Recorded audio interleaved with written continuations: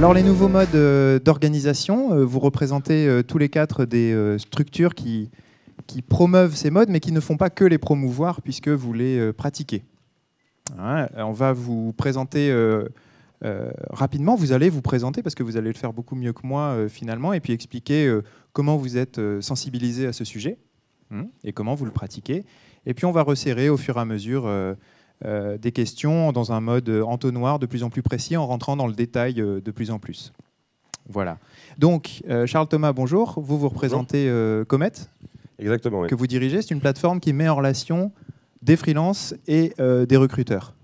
Et des entreprises, exactement. Et des entreprises spécialisées sur un secteur en particulier? Oui, en fait, on s'est spécialisé sur la tech data, donc sur deux verticales bien précises, sur les métiers du digital, mais avec une approche très ingénierie. Et moi, ce qui me passionne dans ce sujet, c'est que j'ai fait mon mémoire de fin d'études à l'époque sur un côté très future of work, très plutôt propre au travail et à l'expérience de travail des individus, notre expérience de travail. Et ça touche énormément aux organisations.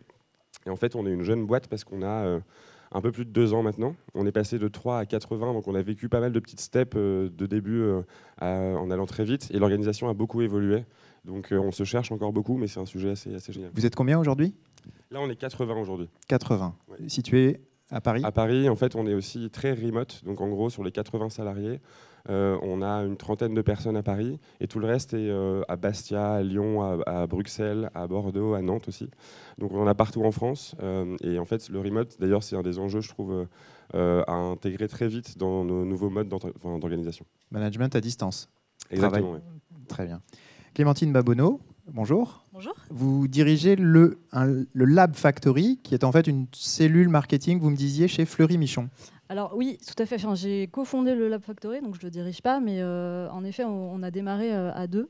Aujourd'hui, on est 6. La mission en fait, de cette cellule, qui est un petit peu à part, c'est de développer des nouveaux business models et aussi de favoriser le changement dans l'entreprise à travers la diffusion d'outils et de méthodes un peu plus agiles.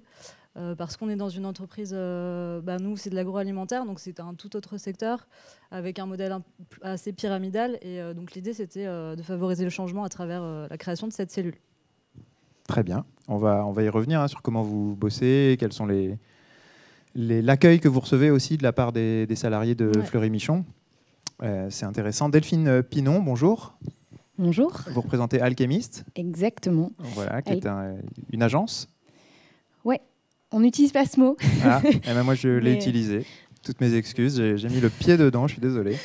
Un studio de... Un product studio. Un product studio. Ouais. Voilà. Qui a la particularité d'être organisé d'être un collectif de freelance, un collectif de 12 freelances. Donc c'est... Moi, c'est une trajectoire personnelle qui m'a amené de l'entrepreneuriat, puis au salariat, puis de déconvenu du salariat à un choix de freelancing. Et donc c'est un choix que beaucoup de gens font, le freelancing aujourd'hui. Je pense que c'est un enjeu majeur des gens qui veulent expérimenter d'autres choses que le salariat. Et tu pourras en reparler aussi. Et du coup, ça pose aussi un certain nombre de problèmes. Et donc le collectif essaye de répondre à ces problèmes de qu'est-ce qu'on fait quand on n'a pas forcément envie de retourner dans le salariat, mais qu'on est freelance et qu'on n'a pas envie d'être solo non plus. Donc c'est ce qu'on expérimente au quotidien chez Alchemist. Chez Alchemist, vous êtes combien? On est 12. 12 et vous êtes situé? Eh ben, on est en full remote, nous aussi. Un peu partout en Europe, Portugal, Londres, Bruxelles. Donc toute l'équipe travaille à distance? Oui, toute l'équipe travaille à distance. D'accord. Et si vous avez réagi au mot agence, est-ce que pour vous, c'est parce que c'est un vocabulaire qui appartient à l'ancien monde? Exactement. Ah. Exactement. Eh ben, je vais souvent faire l'ancien monde, j'ai l'impression. Avec plaisir. Et vous réagirez, et voilà, ça fera partie du débat. Et Duc Adiong, bonjour. Bonjour. Vous représentez Officiance. Les valeurs d'Officiance, oui. Vous représentez les valeurs d'Officiance. Je sens que l'ancien monde va me coller au basque. Mais j'ai connu le salariat aussi. J'ai connu le salariat, mais après j'ai connu le patronat en montant une boîte de services numériques. Et j'ai connu les déconvenus du patronat et j'ai voulu devenir freelance pour simplifier un peu, sauf qu'il y avait 200 salariés. Et donc... on a monté la structure Officiance en 2006 et la déconvenue, c'est vers 2012. On a commencé à se dire que En fait, l'idée d'être patron, c'était de ne plus avoir de chef, et puis qu'en fait, chaque client est un chef, et puis si on tombe mal, ça devient un cauchemar. Et donc, on a décidé de choisir nos clients, en gros. Et juste pour vous situer, qu'est-ce que vous proposez? Qu'est-ce que fait Officiance? Des services numériques, des services alors basés au Vietnam au début. On était parti au Vietnam, Duc c'est d'origine vietnamienne. Mon père est vietnamien, ma mère est française. Ça peut être des choses très simples, de la saisie, de la retouche photo pour votre site de e-commerce jusqu'à une app mobile ou un site web. Ok. Et depuis cette base au Vietnam, et c'est qu'en 2012 qu'on est revenu à Paris ouvrir un bureau où on développe cette communauté de gens qui partagent notre raison d'être, et on essaie de trouver un max de copains en fait, puisqu'on a décidé de bosser qu'avec des copains. D'accord, très bien. Voilà, on vous situe mieux. Pour ma part, je m'appelle Jean Chabot, je ne m'étais pas présenté au début, je suis journaliste de presse écrite, plutôt généraliste, parfois donc sur des sujets RH et management, et donc j'ai le plaisir d'animer cette table ronde qui va durer maintenant 52 minutes et 49 secondes. Cette table ronde s'appelle les nouveaux modes d'organisation.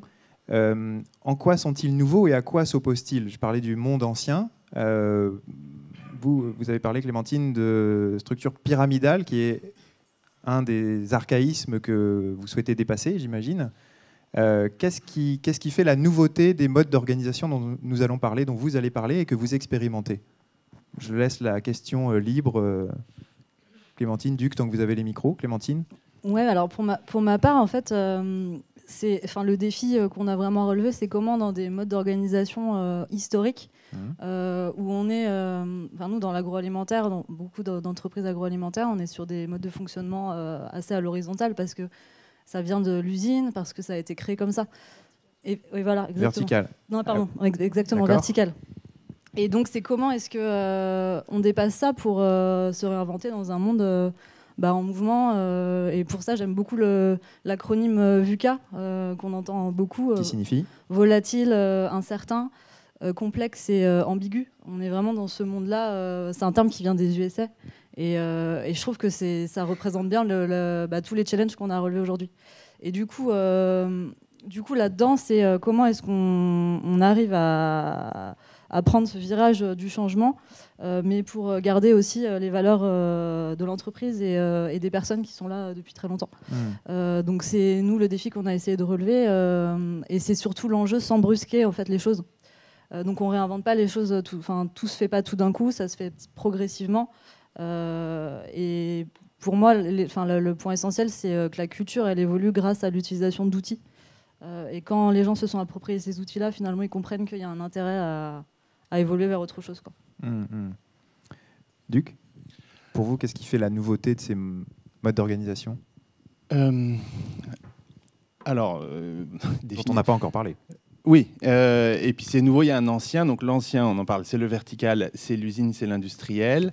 Et je pense qu'il y a eu quand même une certaine glissement progressif. Quand Toyota a commencé à faire confiance à l'ouvrier en milieu de la chaîne pour tout bloquer et qu'ils ont ravagé le marché automobile américain avec plus de confiance, c'était les prémices d'une réhumanisation en fait du travail et le début de la fin de ce qu'on appelle du Fordisme, qui sépare la conception de la production, où on dit voilà, eux c'est les cerveaux et eux c'est les mains. Et en fait, donc on a eu un mouvement dans la deuxième moitié du XXe siècle qui s'est accéléré avec le numérique. Voilà, donc je pense que la nouveauté, c'est en fait la réintégration dans le monde professionnel des échanges donc valoriser les humains, donc des échanges de confiance et des échanges d'émotions qui avant étaient un petit peu tabous. On pleure pas au bureau, c'est pas professionnel, etc. On se fait pas confiance, on signe un contrat garanti par l'État, etc. Et donc il y a une réintroduction de l'humain dans le travail. Et là encore, on peut dire, ah oui, mais alors, vous savez, on parle tout le temps de Favi, ça fait 30 ans qu'ils font ça depuis les années 80. Or, on parle tout le temps de pardon. Il y a une société qui s'appelle Favi, qui est un sous-traitant automobile, qui est un peu des pionniers de ce qu'on appelle l'entreprise libérée. En tout cas, qui a un management un peu, je dirais, déviant. Ils font ça depuis 30 ans. Sauf que la mode, des nouvelles formes d'organisation, c'est depuis 3, peut-être 5 ans. Ouais. Et donc, je pense que là où il y a un facteur déclencheur nouveau, c'est la révolution numérique. Hein. C'est pour ça qu'on est Web Today et pourtant on parle d'innovation managériale. C'est parce que le vecteur qui a permis la massification de ces nouvelles formes de management, c'est l'information liquide, en fait. Hein. L'information, alors on voit bien, elle est liquide, elle se transforme en petites gouttes, elle voyage à l'autre bout du monde gratuitement. Mais un liquide, ça épouse la forme du récipient aussi. Et le récipient pour l'information, c'est nos cerveaux. Et l'information s'adapte grâce aux algorithmes à nos cerveaux. Et c'est cette ubiquité de l'information qui a permis la réhumanisation des échanges. Delphine, quelle est l'approche à Alchemist? Comment se concrétisent ces nouveaux modèles, le nouveau modèle d'organisation? Alors, nous, ça part du freelancing. Ouais. Est-ce que le freelancing en soi est un nouveau modèle d'organisation? On peut se poser la question. Ça peut l'être parce que c'est plus qu'une tendance, c'est vraiment un mouvement massif d'une génération vers le fait de vouloir... Je ne sais pas si ce qui pousse les gens à être freelance, c'est j'ai envie de travailler seul ou j'ai plus envie de ce que je connaissais avant, c'est-à-dire la hiérarchie, la contrainte, et donc on cherche à fuir ça vers le freelancing. Vous parlez de la France ou du monde ou d'autres zones? Alors il se trouve que c'est une tendance qui est mondiale, le freelancing, donc c'est pas juste la France. Mais là, quand vous mettez dans la tête du freelance qui se demande si j'ai choisi le freelance, c'est parce que A ou B, c'est dans la tête d'un freelance français, parce que ça se pense autrement. Il peut y avoir une solution C, tu freelance parce que je trouve pas de CDI, alors je vais faire une pause, je vais être freelance pendant 2-3 ans. En vrai, il y a plein de raisons pour lesquelles on devient freelance. Voilà. Je veux plus de liberté. Il y a beaucoup de gens qui sont aussi freelance parce qu'ils n'ont pas le choix. Et ils n'ont pas trouvé ce qu'ils cherchaient réellement. Alors oui, c'est un autre... tout à fait. Il y a aussi je suis freelance parce que j'ai pas le choix, notamment sur des statuts qui sont vraiment précaires. Et on va dériver sur d'autres sujets, mais donc on va pas aller sur ces sujets-là. Donc le freelancing est déjà en soi un choix qui est un premier pas vers un nouveau modèle d'organisation, mais c'est solo, donc on est soi et soi-même. L'idée d'Alchemist, c'est de dire nous on a envie du freelancing, mais on n'a pas envie d'être solo, donc comment est-ce qu'on peut vivre cette forme solo, cette liberté? Donc je choisis mes horaires de travail, je choisis mon lieu de travail, je choisis ma rémunération. J'ai cette indépendance et du coup les freelances sont certains freelances sont assez attachés à ce statut d'avoir leur propre entreprise. Comment je le fais cohabiter avec le fait d'être plusieurs, de pouvoir faire des projets à plusieurs. Ouais. Donc statutairement vous êtes Alchemist, c'est... Exactement. Donc c'est quoi? Alchemist, c'est 12 personnes qui ont chacun leur boîte. Ah, c'est d'accord. Et donc la structure Alchemist, c'est une pure marque. C'est une pure marque. Exactement. Ouais. Ça pose énormément de problèmes parce qu'aujourd'hui, il n'y a aucun vrai statut qui peut nous permettre d'exister en tant que collectif. Ouais. Donc on est 12 entités juridiques qui essayons les individus essayent de cohabiter. On a une facturation unique vis-à-vis de notre client. Donc on a un d'entre nous qui porte la facturation vis-à-vis du client et tous les autres qui du coup... qui porte la facturation au nom de sa propre boîte. Exactement. D'une des 12 boîtes. Exactement. C'est une pyramide dans la non-pyramide. Et donc vous, chaque freelance a ses propres contrats avec ses propres clients et de temps en temps, ou peut-être souvent, vous avez des projets communs. C'est même plutôt l'inverse, c'est qu'à 80%, on fonctionne dans le collectif, on fait des missions au sein du collectif. Il y en a même qui font 100% de leur mission au sein du collectif ensemble. Et une partie d'entre nous ont aussi des missions à l'extérieur et des clients propres. Ça fait partie de l'indépendance qu'on se donne. Et du coup, quand on travaille ensemble, on fait pas, quand 4 personnes travaillent sur un projet client, on ne fait pas 4 factures au client. Oui, ça c'est... Voilà, on fait une facture et ensuite on se débrouille et on fait notre sauce interne. pour le client. Ouais. Exactement. Donc voilà, ça c'est pour certains aspects assez opérationnels de comment est-ce qu'on monte un collectif. D'accord. Charles, vous, hop là, pile au moment où vous buvez, allez, il faut se réhydrater pour répondre, c'est normal.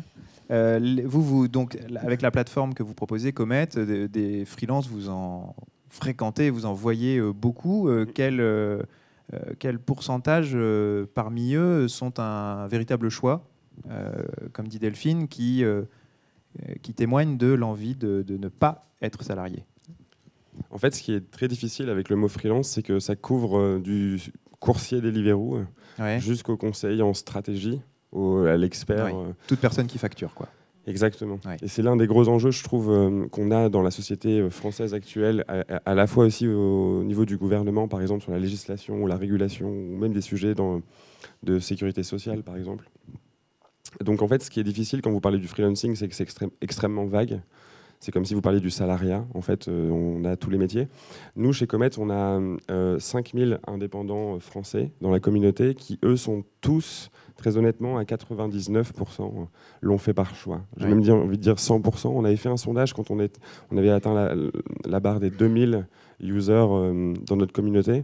Ils l'ont tous fait par choix parce que c'est une population de spécialistes qui en général, en l'occurrence dans nos métiers tech data, c'est un marché où la demande est extrêmement forte. Elle est beaucoup plus forte que l'offre. La demande, c'est aujourd'hui toutes les entreprises, d'une PME au grand groupe, quelle que soit l'industrie, a besoin de devenir beaucoup plus tech, beaucoup plus data. Et donc finalement, tout le monde cherche des développeurs, tout le monde cherche des data scientists. Et finalement, c'est un luxe assez rare dans le marché de l'emploi, sur lequel les entreprises cherchent plus de talents que ce qu'il existe sur le marché. Et ça crée finalement un confort quand vous êtes salarié.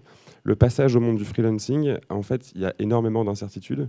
La première, c'est si j'ai pas de mission, j'ai pas de revenus. Et donc ça peut être un peu stressant. Et c'est ce qui, justement, je pense, freine beaucoup de gens qui ont envie de s'accomplir via le freelancing. Mais cette incertitude les angoisse un peu. Nous, dans cette industrie tech data, finalement, l'angoisse n'existe plus.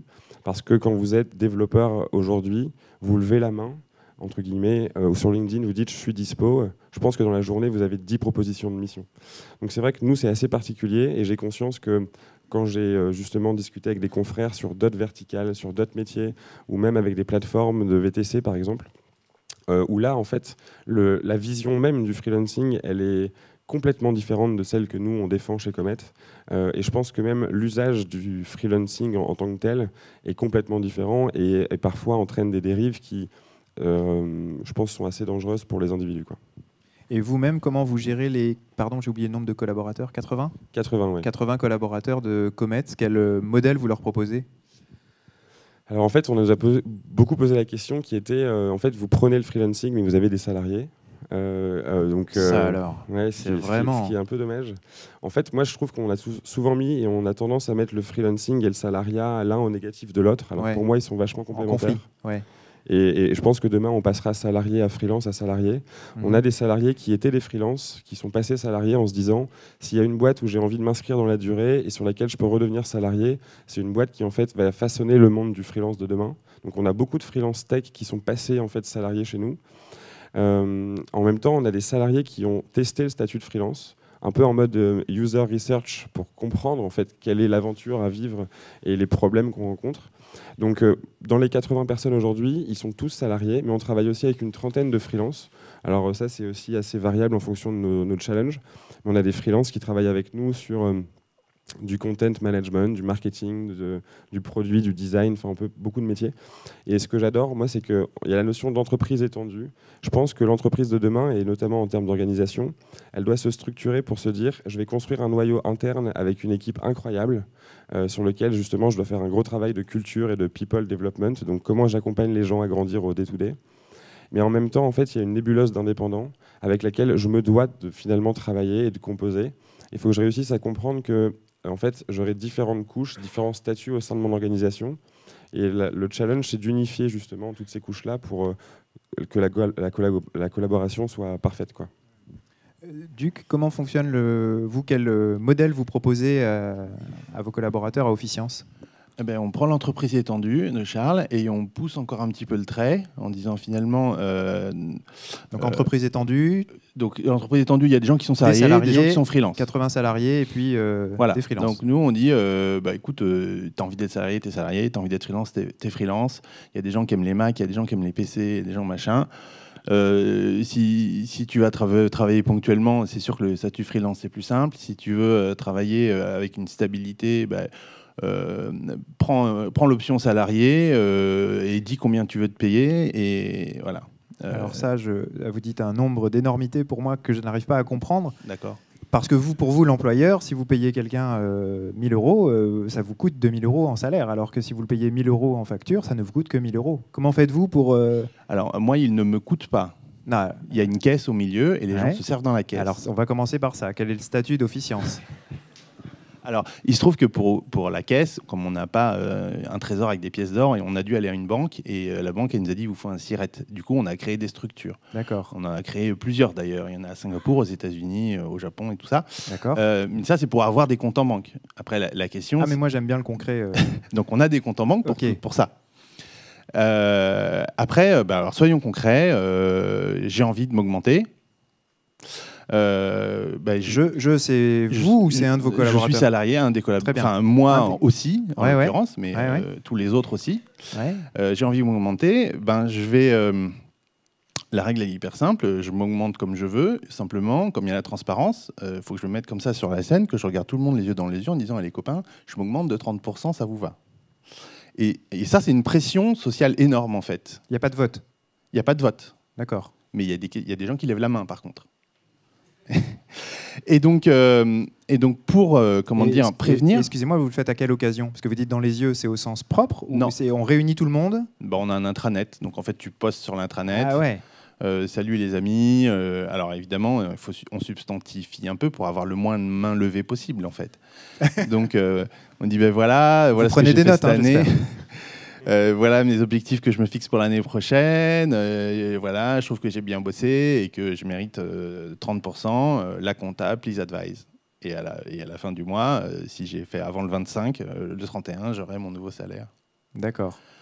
La personne se fixe quand même des nouveaux objectifs. Elle se dit, je m'engage aussi à... en fait, elle fait ce qu'elle veut. Donc, si elle ne se fixe pas d'objectif, d'ailleurs, si elle ne veut pas s'augmenter, par exemple, ou juste de l'inflation, et qu'elle dit, bon, j'ai envie de faire d'objectifs, vous me connaissez, ça va passer. Donc, en fait, la question, c'est une sorte de tension, de passage en force, quoi. Plus je vais demander beaucoup, plus j'ai des dieux qui vont se pencher sur mon cas. Et à chacun de faire son trade-off, en fait. D'accord. Et est-ce que ça fonctionne? Ça fait, Parce que est-ce que les grandes gueules, les bluffeurs, les gens qui osent n'arrivent pas plus, n'ont pas davantage que ceux qui n'osent pas, qui sont plus timides, plus réservés Alors, en fait, il y a une pratique qui s'est développée, qui est que pour me préparer à passer devant les 200, je vais prendre un petit groupe de 5 de gens qui sont bienveillants avec moi. De préférence, en général, j'en prends 2-3 qui me connaissent bien parce qu'on est dans la même équipe, donc ils savent ce que le client pense de moi, comment je livre, etc. Et puis je vais aussi en prendre 2-3 qui sont plutôt des rôles modèles pour moi, qui ont des compétences, des ceintures noires dans des compétences qui me plaisent et qui pourront me dire petit scarabée, voilà où tu en es, etc. Des conseils de carrière. Donc voilà, mes leaders un peu qu'on appelle des influenceurs qui sont mes leaders en fait. Et donc je vais prendre ce petit groupe de 5, 6, 7, 8 et je vais parler avec eux et je vais leur partager mon intention. Et eux, ils vont me donner un pré-feedback d'une part, donc ça c'est intéressant. Peut-être que je vais un petit peu ajuster le tir, mais surtout, au moment où je vais partager devant tout le monde, je vais me tourner vers la communauté et je vais poster sur l'intranet, voilà, je m'augmente de temps, ils vont pouvoir être mes avocats. Ou pas. Parce que s'ils m'ont tous dit « Oh là là, moi je trouve que c'est beaucoup quand même. Hein. Bon, tu fais ce que tu veux, mais je trouve que c'est beaucoup. » J'irai pas à ta place. Au moment où le gars poste sur l'intranet en disant « Bon, salut, moi je double mon salaire. » Et qu'il y en a un qui dit « Écoute, je te connais pas. » Il y a 200 personnes au Vietnam. Je te connais pas, mais ça me paraît beaucoup quand même. On a failli le perdre, ce client. Alors, si les autres, les influenceurs, sautent dans la conversation en disant « Ah, tu vois, je t'avais dit c'était trop. » Le gars, il est mort. Le gars, il se fait sur Internet, on appelle ça le flaming, c'est-à-dire que tous les autres vont commencer à lui dire leur façon de penser, et pendant 2 mois, il mange tout seul à la cantine, puis après, il s'en va, quoi. Parce que c'est horrible de manger tout seul à la cantine. Et ça ressemble à l'ancien monde dans ce cas-là, de manger tout seul à la cantine. C'est pas terrible du tout. C'est une blague. Non, mais alors c'est arrivé 2 fois. Et ça fait une bonne leçon à tout le monde. Moi, je pense que c'est 2 personnes qui voulaient partir et qui avaient besoin de créer un conflit pour se dire que c'est pas eux, enfin pour se mettre en action et de partir. Après, c'est plus jamais arrivé depuis octobre 2014. Donc ça fait 5 ans. D'accord. Voilà. Et inversement, si donc la question arrive et que les influenceurs disent ah oui, mais tu connais pas les détails, mais en fait, c'est grâce à lui qu'on a regagné le client, et puis il a pu se faire payer, et puis ça fait 2 ans qu'il s'est pas augmenté, donc il faut diviser par 2, etc. Et que, by the way, l'influenceur en question, c'est le fondateur d'Officiance, c'est sûr que l'autre, il va faire, ah ok, d'accord, ça me va. Donc tout se joue comme ça, quoi. Et comment fait votre directeur financier, je ne sais pas comment vous appelez ça chez vous, mais pour prévoir, parce que ça a l'air imprévisible, la masse salariale a l'air imprévisible. En fait, le directeur financier, il est parti vers 2015. Et là... Non, et vous et vous n'avez personne pour occuper cette fonction? Non. Alors, comment faites-vous? Parce que là, dans l'audience, il y a des gens qui ont des boîtes, et certains ont des salariés, et donc ils savent combien leur coûtent leurs salariés. Comment faites-vous pour faire bouger ce curseur avec autant de... Alors voilà, oui, c'est père de famille en fait. Alors, parce que la comptable, donc il y a eu plus de directeur financier, plus de contrôle de gestion, plus de report, plus de tableau, ni rien. Mais très vite, la comptable, elle a fait, attendez, je vais quand même vous dire le cash. Donc tous les lundis matins, elle va sur banque en ligne et remplit une feuille Excel et elle dit combien on a en banque. Donc moi, tous les matins, je regarde combien il y a dans la banque. Mais le vrai changement, parce que gestion de père de famille, ça a toujours existé. Et aujourd'hui, il y a des boîtes comme HP qui ne font pas d'exercice budgétaire, donc qui font tout project-based. Le vrai changement, c'est que quand on était au début, parce qu'on a pivoté, quand on était en pyramide et qu'il n'y avait pas d'argent pour payer les salaires, j'en dormais pas de la nuit pendant 3 jours. Il fallait que je m'engueule avec les clients pour qu'ils payent. Il fallait que j'aille me fasse des courbettes à la banque pour qu'ils me fassent une facilité, etc. Et c'était un cauchemar. Et donc pour vous, ce système maintenant, ça a dilué, enlevé votre stress, a facilité les choses. Parce que la comptable a dit, ah les amis, il n'y a pas d'argent pour les salaires ce mois-ci, on fait quoi? Et évidemment, ils disent pas on va baisser nos salaires, ils disent ouais, on peut attendre le 5 du mois, c'est bon. Et puis en vérité, tous les bas salaires sont payés rubis sur l'ongle. C'est que les top managers, qui sont plus trop managers, mais les gens un peu seniors qui ont des gros salaires, qui sont payés à 50-70% au jour J, et puis le reste le 5 du mois. Et tout le monde est content comme ça, quoi. Donc en fait, j'ai la pression, elle est plus pour moi, quoi. Oui, mais je vous sens détendu. Ah ouais, je suis hyper. Merci beaucoup. On passe à une autre réalité chez Fleury Michon. Je me demandais comment est accueilli par les salariés de Fleury Michon, qui est une entreprise agroalimentaire, j'imagine, avec des fonctionnements anciens. Comment est accueilli ce que vous proposez au lab avec ces nouvelles pratiques managériales et surtout le mot que vous avez prononcé au début, VUCA. Comment pouvez-vous communiquer auprès de salariés qui ont des habitudes, des avantages sociaux, que le monde est incertain, vulnérable Alors, ça fait 2 ans que ça existe. Donc, les premières semaines, les premiers mois, on a été un peu des ovnis là-dedans. C'est-à-dire qu'ils nous regardaient mi-figue, mi-raisin en se disant mais pourquoi elles sont là, qu'est-ce qu'elles font et en plus, c'est volontairement dans un endroit vitré où on est assez visible. Donc, on a voulu aussi démarrer par changer juste les bureaux, juste ça, qui était pour nous un truc important. Juste mettre un canapé. On a mis un canapé jaune et on a commencé à pas travailler sur les mêmes bureaux tous les jours. Juste ça a été la mini-révolution au démarrage, quoi. Juste pour comprendre le périmètre, Fleury Michon, c'est combien de collaborateurs? 3800. 3800, dont combien là, vous avez l'air de parler des bureaux où il y a des espaces vitrés, mais il y a aussi les sites de production. Tout à fait. Là, je parle du siège. Au départ, les sites de production, ils n'ont pas forcément perçu notre existence. Ça s'est fait plus tard. Parce que votre existence, elle est d'abord dédiée au fonction support. Oui, tout à fait, au départ. Mais le but, c'était évidemment d'essaimer, et c'est ce qu'on a fait par la suite. Mais il fallait bien démarrer par un point de départ. Un canapé, en l'occurrence. Voilà. Très bien. Et rien que ça a été un peu la révolution. Et petit à petit, en fait, ce qui nous a sauvés, ce qui nous a donné de la crédibilité, c'est qu'on s'est dit justement on peut pas le faire à 2. C'est surtout pas ce qu'il faut faire parce que sinon on va s'enfermer dans notre tour d'ivoire. Et le but c'était quand même de changer les choses. Donc en fait on a emprunté un concept au village du Crédit Agricole, donc, avec qui on était partenaire, qui nous a parlé des amis, des acteurs moteurs de l'innovation. C'est comme ça qu'eux avaient fondé leur village.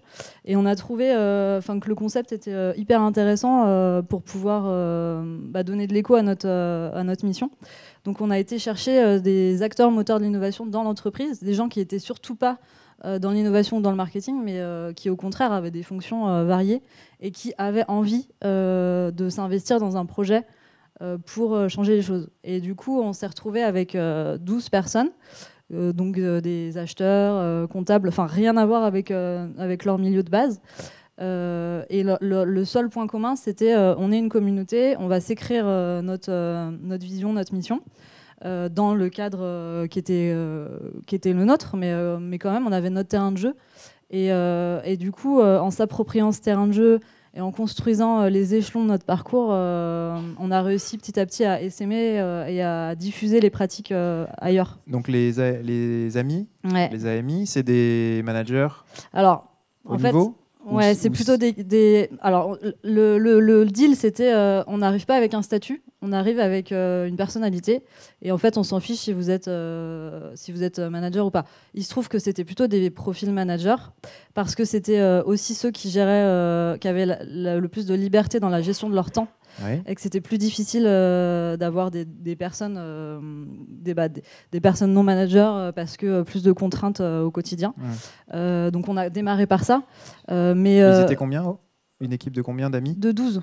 12. Ouais. Et vous l'avez dit, c'est vrai. Et ces 12, vous leur avez dit quoi? Vous les avez formés, sensibilisés, confiés des missions Ouais, en fait, à la fois on démarrait, donc c'était l'aventure ensemble, hein, c'est-à-dire qu'on n'était pas au-dessus, c'était en transversal et il n'y avait pas manager ou de leader, c'était vraiment comment est-ce qu'ensemble on construit un parcours.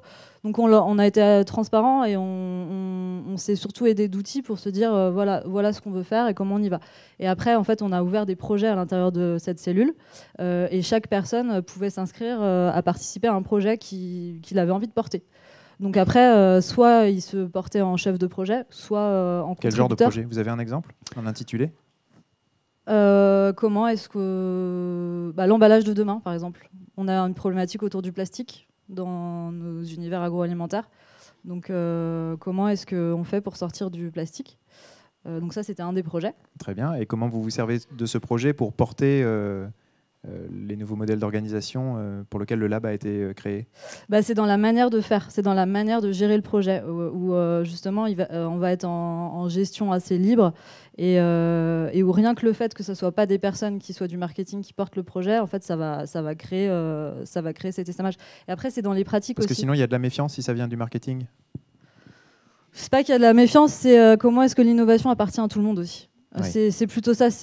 Vous aussi, vous pouvez avoir des idées. Il n'y a pas que des personnes qui ont fait des études en marketing qui peuvent produire des choses.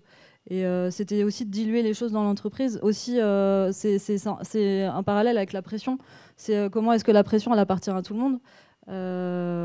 Et tout en ayant cette dimension d'amis au sens action, mais aussi au sens copain, c'est-à-dire enfin copain, c'est un peu, mais plutôt collectif et communauté et collégial, où en fait on prend du plaisir aussi à travailler autour de projets qu'on a choisis et qui sont pas descendus du haut. Donc, et après c'est dans la façon dont eux ont diffusé les pratiques, rien que le fait de conduire des réunions différemment. Quand ces personnes-là ont repris des outils pour les diffuser dans leurs équipes, derrière ça fait des petits. Et ça permet de diffuser les choses. Après, en effet, le deuxième step, c'était comment est-ce qu'on atteint les sites de production pour dépasser ça, en fait, et dépasser ce milieu plutôt cadre. Et là, vous cadre plutôt ouvert à ces pratiques. Ouais. Et vous vous posez la question là, des sites de production? Non, ça y est, on a commencé. On a commencé, mais c'est vraiment du travail de fourmi. Mais on a commencé. On a la première année, on a fait un hackathon qui était ouvert à tous. Donc voilà, on a commencé à avoir des sites de production pour dépasser juste le siège. Mais après, ça pose des questions en fait administratives parce que les personnes en site de production, elles pointent. Et du coup, quand elles ne sont pas sur ligne, faut qu'elles soient... c'est l'histoire de la rentabilité du travail, quoi. C'est difficile de les sortir de la ligne et de justifier qu'elles vont participer à ce genre de projet. Donc après, est-ce que ça se fait en dehors du temps de travail ou pas? Enfin, ça pose plein de questions sur l'intrapreneuriat, sur comment est-ce qu'on fait pour sortir de son métier. Et vous, c'est quoi votre profil? Parce que vous arrivez en apôtre finalement de ces nouveaux modes avec votre collègue, vous étiez 2. En plus, vous avez 12 amis, ce qui renforce encore plus le côté biblique de la chose. Vous avez quel... Je ne suis pas Jésus. Vous avez quel profil, quelles études avez-vous fait? Pourquoi? Alors moi, je viens pas du tout de ce milieu-là. Enfin, moi, j'ai découvert tout ça il y a 2 ans en fait. J'ai un master en marketing et innovation. Petite annonce de Fleury Michon. Ouais, en fait, je suis arrivée pas pour ça. D'accord. Je suis arrivée pour être chef de produit sur les plats cuisinés et quelques jours avant, on m'a dit non, en fait, ça sera pas ça. On te propose autre chose. Tiens, on a envie de monter un lab, qu'est-ce que tu en penses? Vas-y. Et je savais pas ce que c'était moi là-bas il y a 2 ans, donc ça a été aussi une transformation personnelle. D'accord. Mais c'était extrêmement rapide tout ça. On s'est investi, ouais. Ouais. On s'est investi. Ah oui, donc on n'est pas sur le profil de ça fait 15 ans que vous portez la bonne parole sur le sujet et puis vous intégrez une grande entreprise de l'agroalimentaire pour diffuser. Moi, il y a 5 ans, je ne savais pas ce que c'était l'entreprise libérée. Tous ces questions-là, je ne me les étais jamais posées en fait. Pour moi, il n'y avait qu'un seul modèle d'entreprise parce que j'avais toujours été dans l'agroalimentaire, donc c'est toujours des structures un peu similaires. Est-ce que vous avez appris dans votre école de marketing ne vous disiez pas le contraire? Non. Ouais. C'est assez. Non, c'est une école de commerce. Et puis bon, c'était il y a un moment, donc en plus, voilà, tout ça, c'était assez neuf il y a quelques temps. C'était le temps d'avant. C'était le temps d'avant. Voilà, qui est en ruine aujourd'hui. Delphine, oui. Comment est-ce que chez vous, vous arrivez à faire que le modèle fonctionne? Parce que quand chacun a sa propre structure, on quitte complètement, vous avez vu, c'est dur, ce serait tiré par les cheveux d'essayer de rattacher chacun des intervenants qui ont des employeurs très différents, qui sont des structures différentes en elles-mêmes. C'est pour ça que je saute, je donne un peu l'impression peut-être de passer du coq à l'âne, mais parce que les structures sont différentes. Donc vous, on a compris 12 structures autonomes qui se réunissent sous une même appellation. Quel est le secret pour que le lien prenne? Pour pas que tous les 4 matins, il y en a un qui dise allez, j'en ai marre, j'arrête. Ça arrive. Ça arrive. Pas tous les 4 matins, heureusement. Et vous êtes 12 aussi. Oui. Voilà. Je n'insiste pas plus, vous avez bien compris où je veux en venir. Il y a 2 facteurs. Il y a un facteur d'historique. Comment on en est venu à construire ce collectif, donc l'histoire du collectif. Et puis il y a un facteur plus comment est-ce qu'on s'inspire de l'entreprise libérée, plus à la mode officiance, en reprenant aussi les standards parce qu'il faut le citer quand même, notre maître à tous, Laloux, et Reinventing Organizations. Si vous ne l'avez pas lu... Un auteur et Frédéric. Et son livre. Frédéric Laloux. Laloux, Reinventing Organizations, qui est le bouquin à lire sur ces sujets-là. Donc on a essayé de faire un mix. L'histoire d'Alchemy, c'est plusieurs freelances qui commencent à travailler ensemble sur un projet, sur 2 projets, puis au début ils sont 2, puis après ils sont 3, puis après ils sont 4. Et au début, à force de travailler ensemble, ça fonctionne bien. C'est une vraie problématique de faire travailler les freelances ensemble qui n'ont pas l'habitude de travailler ensemble. Donc nous, on s'est créé une habitude de travailler ensemble. Ça marchait bien. Et du coup... c'est instauré entre nous de l'amitié, de la fraternité, de la confiance. Et ces piliers-là ont commencé à être structurants, suffisamment structurants pour qu'on ait plaisir à aller boire des coups ensemble. Certains ont été les témoins de mariage d'autres. Donc les relations sont vraiment arrivées à ce stade-là. Ce qui peut être dangereux aussi, et j'y reviendrai après. Et ensuite, le deuxième volet, du coup, c'est comment est-ce qu'on s'est inspiré d'enseignements, notamment donc, du bouquin dont j'ai parlé, et de certains grands principes de l'entreprise libérée, pour les ajouter dans notre collectif. Et là, je vais citer quelques grands principes, mais on en a déjà parlé, la transparence. Nous, ça impose notamment sur les sujets financiers, pour toutes les boîtes, mais les sujets de transparence sur les finances sont hyper importants. C'est-à-dire que... Comment faites-vous?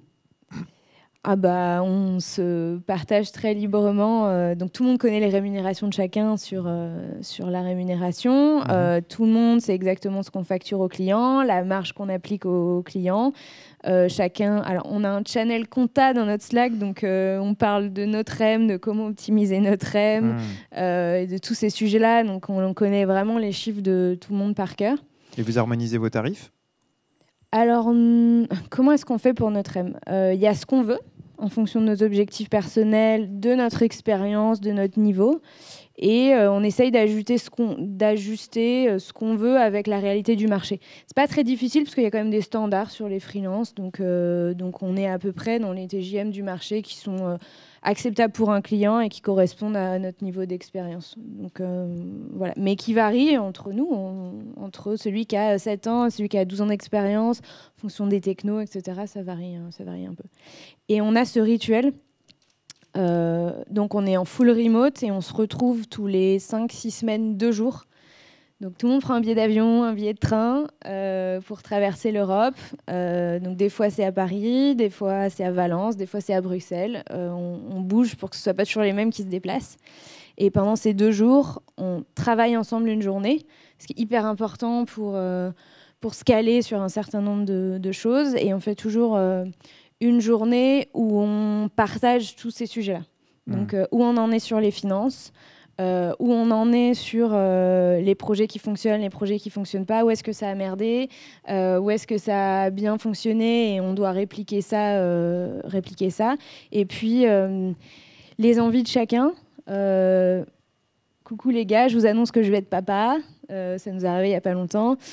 Du coup, ça va être chaud pour moi de faire du pro bono sur les prochaines semaines. Je vais avoir besoin d'être full staff. Si ça ne vous dérange pas, voilà. Donc, on se partage aussi nos choses hyper perso. D'être pro bono ? Ouais, pro bono, c'est qu'on fait aussi des projets sans facturer. Plus pour nous que pour les clients, je vous le dis tout de suite. Et donc, du coup, c'est une tension permanente quand on est freelance de se dire on va consacrer certaines de nos heures gratuitement à quelque chose parce qu'on facture notre force de travail. Donc, voilà, on partage aussi ces réalités-là. Mais y compris, en ce moment, j'ai un gros coup de mou, les gars. C'est principalement des garçons dans le groupe. J'ai un coup de mou en ce moment, les gars, c'est un peu compliqué, je vais pas pouvoir faire du full time, ça va être compliqué. On se le dit hyper ouvertement. On n'a pas peur de le dire parce qu'on n'a pas un patron en face qui va nous dire tu n'es plus performant. Donc voilà un peu comment ça se passe dans nos petites réunions internes. Voilà. D'accord. Ok, merci beaucoup. Charles, vous parliez tout à l'heure, le développeur, il lève la main, il a du travail dans l'après-midi. Parce que vous adressez les freelances à des entreprises du secteur de la tech. C'est ça ? Des freelance tech à des entreprises de tout secteur.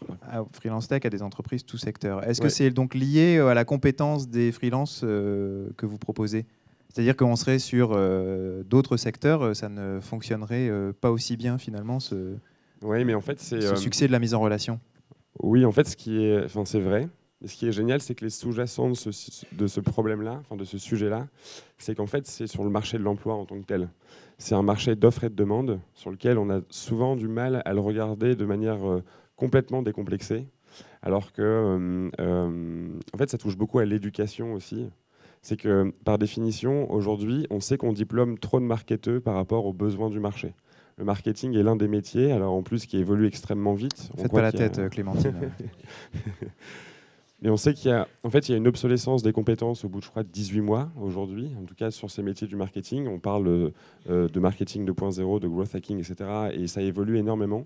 Et en fait, on sait qu'on diplôme trop de marketeurs face aux attentes du marché. Et ça, c'est un peu une hérésie parce que finalement, on va dire à des lycéens, on va dire à des étudiants, oui, en effet, le marketing est une voie de sortie intéressante à la fois pour tes aspirations et en même temps pour un côté très pragmatique du marché du travail. Mais c'est l'un des métiers sur lequel le temps entre le diplôme et le premier CDI est le plus long. La communication, c'est pareil. Et donc, en fait, Le sujet de fond, en fait, sur le travail, ce que je trouve passionnant, sur les organisations, les entreprises, etc., c'est qu'en fait, justement, il faut le regarder de manière complètement décomplexée, dans le sens bienveillant du terme. Il faut plutôt aller regarder dans chacun des couloirs et comprendre sur l'impact social, sur le chômage, la retraite, sur aussi l'assurance maladie, par exemple, liée au statut de freelance, mais aussi sur l'éducation, sur comment est-ce que, en fait, en termes d'apprentissage, comment est-ce qu'on peut toucher à l'éducation même des enfants, des collégiens, des lycéens, de l'étude supérieure, et aussi même de la formation en continu. On discute beaucoup, par exemple, avec Pôle emploi pour se dire, OK, en fait, moi, ce que je trouve vachement excitant dans ce qu'on voit aujourd'hui, c'est que le freelancing fluidifie en fait, énormément le marché de l'emploi. Et cette fluidification, elle fait peur parce qu'en fait, on se dit, OK, elle va forcément précariser les individus, alors que non, parce que par définition, nous, on reçoit des centaines de missions par semaine de la part de nos clients. Et donc, on monitore en fait, le côté trend, sexy de chacune des technos. Et donc, on sait qu'une techno est en perte de croissance, enfin, est en perte de vitesse. Et donc, on sait qu'une techno, potentiellement, elle peut mourir à 3 ans. Et donc, on peut dire justement à tous les talents qui, en fait, sont experts que de cette technologie, attention, sachez qu'il faudra peut-être se reformer. Formez-vous sur une autre. Exactement. Et proposer les technos qui, elles, montent. Alors là, je vous parle de technologie, mais on pourrait faire pareil en marketing sur, en fait, voilà les aspects du marketing qui sont en train d'être croissants et qui sont prometteurs pour les 3-5 prochaines années, et aiguiller justement nos jeunes diplômés ou nos étudiants. Donc en fait, je pense que c'est un luxe sur la partie tech. Mais quand vous creusez un peu le sujet, en fait, on pourrait en parler pendant des heures, et parce qu'il est assez passionnant. Vous avez un scoop là sur la technologie qui va mourir bientôt, pour que les développeurs qui sont dans la salle arrêtent de... Je vais me faire des ennemis, mais on sait que PHP perd de la vitesse depuis maintenant plusieurs années. On a vu la montée de JavaScript. C'est plutôt des frameworks aussi qui sont en train de grandir. En développement front, sur l'un des métiers qu'on couvre, il y a une techno qui en moins de 6 mois est passée numéro 2, qui s'appelle Vue.js, et qui est une techno qui a atteint un niveau d'utilisation en 6 mois qui est en fait inégalé sur toutes les technos, quoi. Ok, donc voilà, si vous tweetez ça maintenant, vous dites que c'est Charles qui l'a dit. Et ben, dans l'heure, PHP cool. Ça, vous l'avez bien compris. C'est une très belle techno. Est-ce que c'est pas une histoire d'âge, ces nouveaux modèles d'organisation dont nous parlons, c'est-à-dire de génération?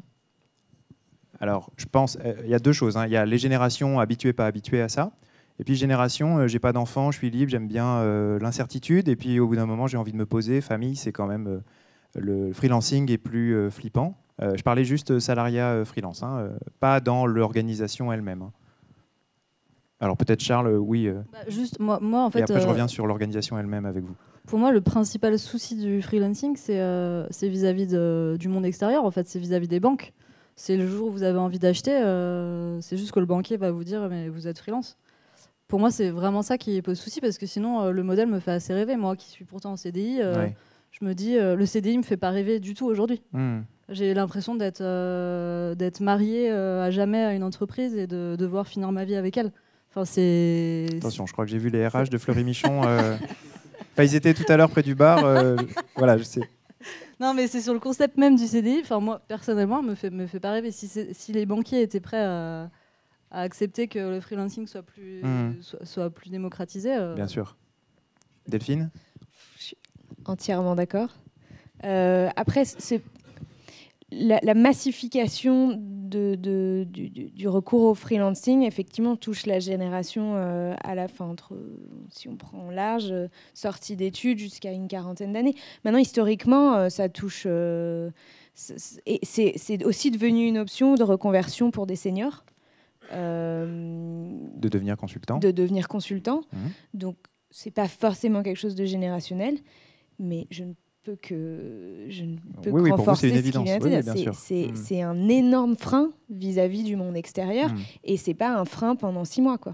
C'est un frein pendant 3-4 ans, jusqu'à ce qu'une banque veuille bien regarder il leur faut 3 bilans positifs. Donc imaginez combien d'années on doit être freelance pour pouvoir aller voir une banque. C'est hyper compliqué. Avant de vous laisser le micro, je voudrais vous demander quelques conseils pour que ça réussisse. Quelques conseils de choses à ne pas faire ou à faire. Par exemple, dans la salle, il y a sûrement des des personnes qui sont intéressées pour mettre en place ces nouveaux ces modèles d'organisation horizontaux, transversaux, ouverts, comme on l'a dit, et qu'on a qualifié un peu dans cette table ronde. Quels sont vos conseils de choses à faire et à ne pas faire pour que ça marche? Duc.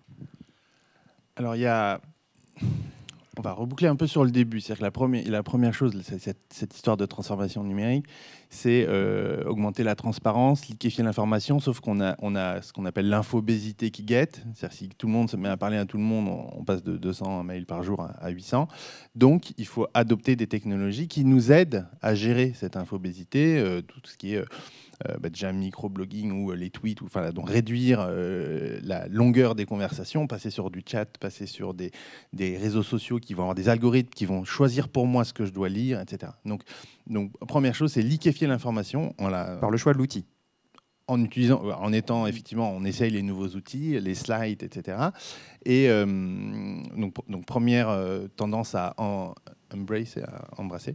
La deuxième, réhumaniser les échanges, donc accepter, ce qui n'est pas facile, l'expression des émotions, l'expression de la gratitude, de la confiance. C'est la révolution du like. Mais c'est parce que la technologie le permet, parce que cliquer un petit bouton like, ça prend pas beaucoup d'efforts, que du coup, on se met à distribuer beaucoup plus de confiance et de gratitude. Et ça, tout simplement, c'est une mise en vulnérabilité. Voilà, j'aime bien tous ceux qui sont, je sais pas, moi, je vois que tu es allé chez le coiffeur. Qu'est-ce que je dois dire? Je me mets un risque en fait. On peut me critiquer pour mes goûts, etc. Et cette mise en vulnérabilité, c'est un travail sur soi qui est quand même assez important. Très bien. Voilà pour une première série de conseils. Delphine? Deux choses. La première, et c'est pas moi qui le dis, encore une fois, c'est Frédéric Laloux. Si vous voulez opérer une transformation, vous ne ferez pas l'économie que ce soit porté par le dirigeant et éventuellement les investisseurs quand il y en a. Si c'est pas une volonté forte du dirigeant, d'un manager, de quelqu'un qui, dans l'ancien monde, a un pouvoir hiérarchique fort, c'est peine perdue quand on est dans une logique de transformation et pas de création d'entreprise. Ça, c'est la première chose. Donc, il faut une implication directe. En fait, il faut qu'il y ait systématiquement, parce que ça va être compliqué, et il faut qu'il y ait un garant de ça. J'imagine dans ton entreprise, si tu n'es pas soutenu dans tes velléités de transformation par une hiérarchie, tes ouvriers, ils viendront jamais. Parce qu'à un moment donné, personne imposera au directeur de l'usine, il faut que tu me les libères sur leur temps de travail, parce que c'est comme ça qu'on va transformer l'entreprise. Donc ça, c'est une première chose. Et ensuite, il y a toujours cette tension entre confiance et contrôle, qui est une limite extrêmement fine, et on peut vite se casser la gueule. Et voilà, je sais, je discute beaucoup avec des gens qui ont été dans des entreprises libérées, ou des gens qui font l'expérience, des entreprises qui font cette expérience-là en France. Je sais que des fois, l'envers du décor est beaucoup plus compliqué que ce qu'on imagine, et il y a certaines boîtes qui confondent un peu confiance et contrôle, ou transparence et Big Brother. Donc il faut vraiment faire attention quand on se lance là-dedans, à pas tomber dans des extrêmes qui sont hyper dommageables au système. Voilà. Mais qui se concrétisent comment, ces extrêmes ? De quoi vous parlez? Vous avez des exemples en tête, j'imagine? Ouais, l'hyper-transparence, c'est rendre les conversations de tout le monde visibles de tous. Ouais. Devoir mettre systématiquement la terre entière en copie de ses emails. Alors, pas de la manière dont on fait dans l'ancien monde, mais c'est permettre à tout le monde d'avoir accès à toutes mes conversations, parce qu'on doit pouvoir montrer à tout le monde ce qu'on fait et ce qu'on dit. On n'a aucun problème. Mais du coup, si c'est pas fait dans la bienveillance, dans le respect, ça ouvre lieu à du bashing, et ça démoralise les gens. D'accord. Voilà, c'est ce genre de pratique. Mais il y en a plein d'autres. Il y a plein de déviances, et il faut vraiment avoir des garde-fous, quoi. Oui, Clémentine, vos conseils, vos do's et vos don'ts? Non, je suis entièrement d'accord. Moi, je dirais aussi avoir des sponsors, en effet, au sein de l'organisation. C'est important de s'entourer de personnes qui croient au projet. Voilà, ça a été dit, Ouais, pour exactement. le légitimer. Ouais.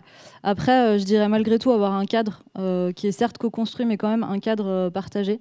Alors, vous parlez de quel cadre? Un terrain de jeu clair avec des règles que la communauté s'est fixées. Quel genre de règles? Des règles de fonctionnement, en fait, Ouais. des valeurs partagées. Je pense que c'est important que ça soit dit parce qu'on peut vite aussi aller vers un fonctionnement chaotique. Et après, la dernière chose, c'est ne pas être dans la brutalité. C'est-à-dire quand on a envie de changer les choses, on peut aussi faire l'erreur de vouloir tout balayer et de se dire allez, hop, on passe à autre chose. Imposer le changement.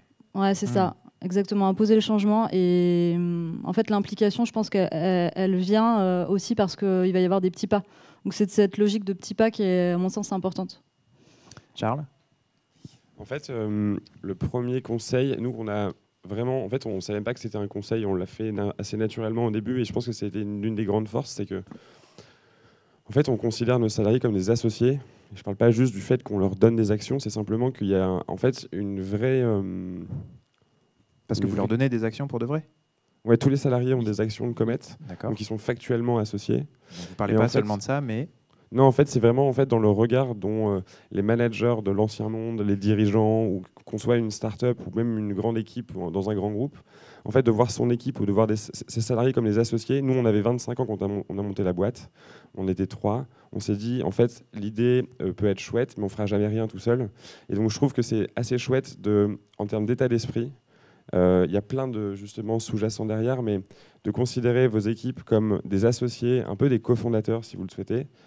Sauf que la gouvernance, forcément que moi, ce que j'explique par exemple à l'équipe, c'est que moi, tout est transparent. Il y a tous les documents du board pour nos investisseurs sont transparents, sont publics. Tous les Google Docs sont transparents. Et en fait, moi, ce que j'explique, c'est que en fait, l'équipe est beaucoup plus smart que moi, parce que par définition, à 80, on est beaucoup plus smart que tout seul. Moi, mon job dans la boîte, c'est juste de prendre des décisions.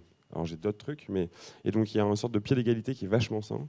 J'envoie par exemple tous les trimestres un CEO review à tout le monde en anonyme pour que ça soit plus à l'aise, où tout le monde donne des Parlez bien dans le micro. Ouais. Pour que tout le monde donne des feedbacks. Pardon. Et ensuite, le deuxième truc très rapide, c'est que en fait, nous, on a dû réorganiser Comet tous les mois, je pense. Et je pense que c'est assez dommage d'en faire quelque chose, la réorganisation ou la transformation ou le changement. Il faut culturellement qu'en gros, que les gens comprennent qu'on est en réorganisation perpétuelle. Donc nous, maintenant, on ne fait plus de réorganisation. Toutes les semaines, il y a une équipe qui change un truc, qui communique beaucoup. Et je pense qu'il faut accepter le fait que c'est quelque chose de continu et que ces nouveaux modèles d'organisation, en fait, évoluent un peu comme un biotope qui changera de forme chaque mois ou chaque... Oui, on ne passe pas de A à B brutalement, mais c'est une évolution constante pour vous. Exactement.